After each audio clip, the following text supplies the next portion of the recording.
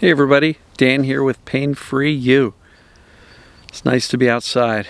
It's cool, lower 50s, but the sun is about to set. Fair to get some sun in my eyes and enjoy the fresh air and listen to the birds. They're starting to come back. Love it. So listen to the bird song. We're going to talk about this. Are you willing to be disappointed? All right? And that shouldn't be taken negatively. So I'll get to that in a minute.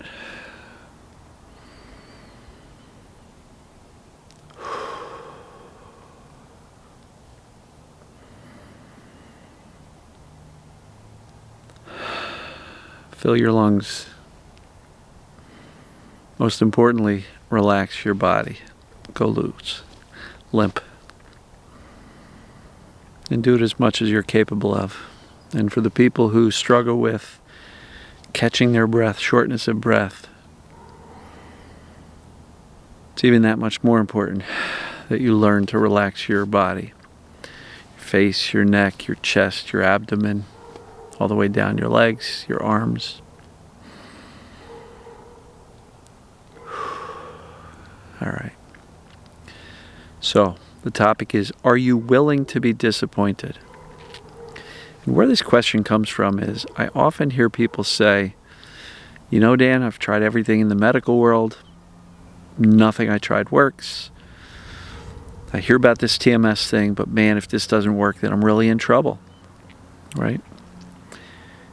And so many people stop there because they're like so afraid that they're going to be disappointed that they don't even take any action because they've been disappointed so many times. And so, are you willing to be disappointed?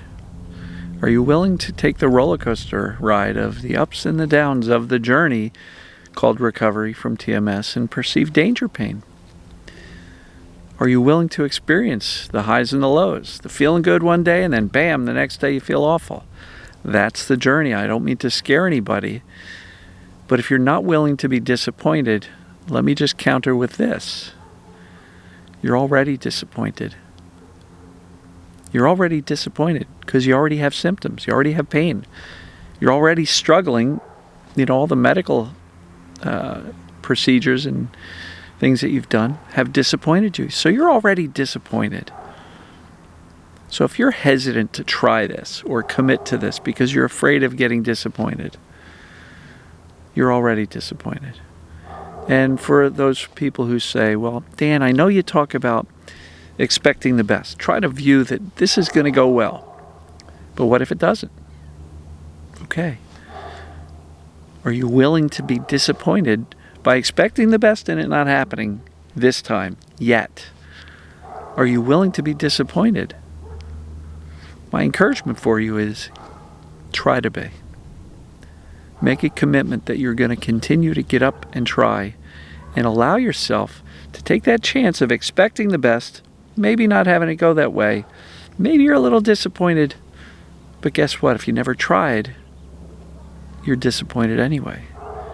So you've got nothing to lose by continuing to try. You've got nothing to lose other than the symptoms or pains themselves. The goal here is we want to teach the brain that we're safe, teach the brain that we're actually okay. And sometimes that means, number one, you got to be willing to feel the symptoms in order to get rid of them.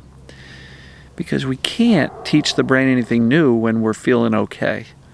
Because when we're feeling okay, we're just like, yay, okay, great. Yes, you should hold on to that.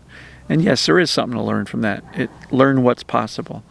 But if the symptoms go the other way and you have symptoms and pains and it spikes up a little bit, be willing to experience that, because that is the exact time when you have the biggest opportunity to teach this noggin of yours that you're not in danger. Because if symptoms can tick up and you can remain calm and be unfazed by it and be crystal clear that you know what's going on and that nothing bad is happening and you're not concerned, so why should the brain be?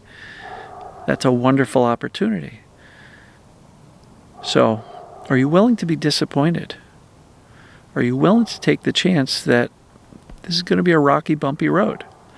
Are you willing to risk the increases in pain to get the decreases in pain? Sorry, I just have never seen pain gone. I've just never seen it work that way. It's not that fluid of a process, or not that concrete of a process. I've often said that the recovery process kind of looks like the heartbeat. Beep, beep, beep. Above the line, below the line, beep, beep. And then I joke that, sometimes it looks like this, going all over the place. And those are the cases where we're kind of in chaos, in a panic, freaking out. But the more we can calm ourselves, reassure ourselves that we're going to be okay. I promise you we're going to be okay. You're going to be okay. This stuff works, folks. But in order for it to work, you got to be willing to be disappointed and take the steps necessary. Expect the best, even if you're disappointed if it doesn't happen. Now, the key is if you expect the best and you still get symptoms, so what? So what? No harm? No harm done. Disappointment is not the end of the day. It's not the end of the journey. It just means that it didn't work yet, which is a key phrase. So please be willing to take the steps forward. Please be willing to teach your brain, which may seem stubborn right now, but the brain follows your conscious lead. If you can consciously remain calm, reassured, confident, convinced that you're going to get better, it just hasn't happened yet, and if you can remain chill despite heavy symptoms, the brain will eventually go, look at Dan, he's pretty mellow right now, even though the symptoms are high. That's your greatest opportunity to teach the brain something new. So look, those people who don't want to be disappointed often don't leave the house or don't leave the bed because they know, well, if I get up, it's going to hurt, and then I'm disappointed, I'm scared. I want to avoid that at all costs. And at the same time, no disrespect, but by avoiding movement or the things that may increase the pain slightly, you're shrinking your life. And there's not much life left if you're constantly in avoidance mode. Look, when symptoms are screaming high, yes, make yourself comfortable. See if you can get out of that flare. Nothing wrong with that. But as you're doing reasonably okay, keep moving. Get up. Proceed with your day. Engage in your day. Don't spend all day long fixing yourself. Don't spend all day long judging that you're doing it wrong and needing to research 6 more podcasts and 10 more videos and, what book should you read next, but you've already read 6 of the TMS books out there. Don't make this a full-time job, because the more you do that, the more your brain says, we got a problem, which we got to fix. We got to get rid of. How do we get rid of this problem? My contention is, and by definition, TMS means, and perceived danger pain means, it's perceived, not actual danger. So there's really nothing to fix other than your brain's perception of danger, which means we want to dial down and recover from the fear. First, we do that with our conscious thinking brain. Eventually, it will seep back into the subconscious.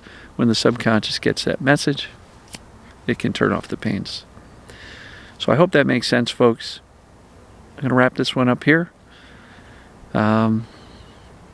We will see you tomorrow. All right, folks. Love you. Take care.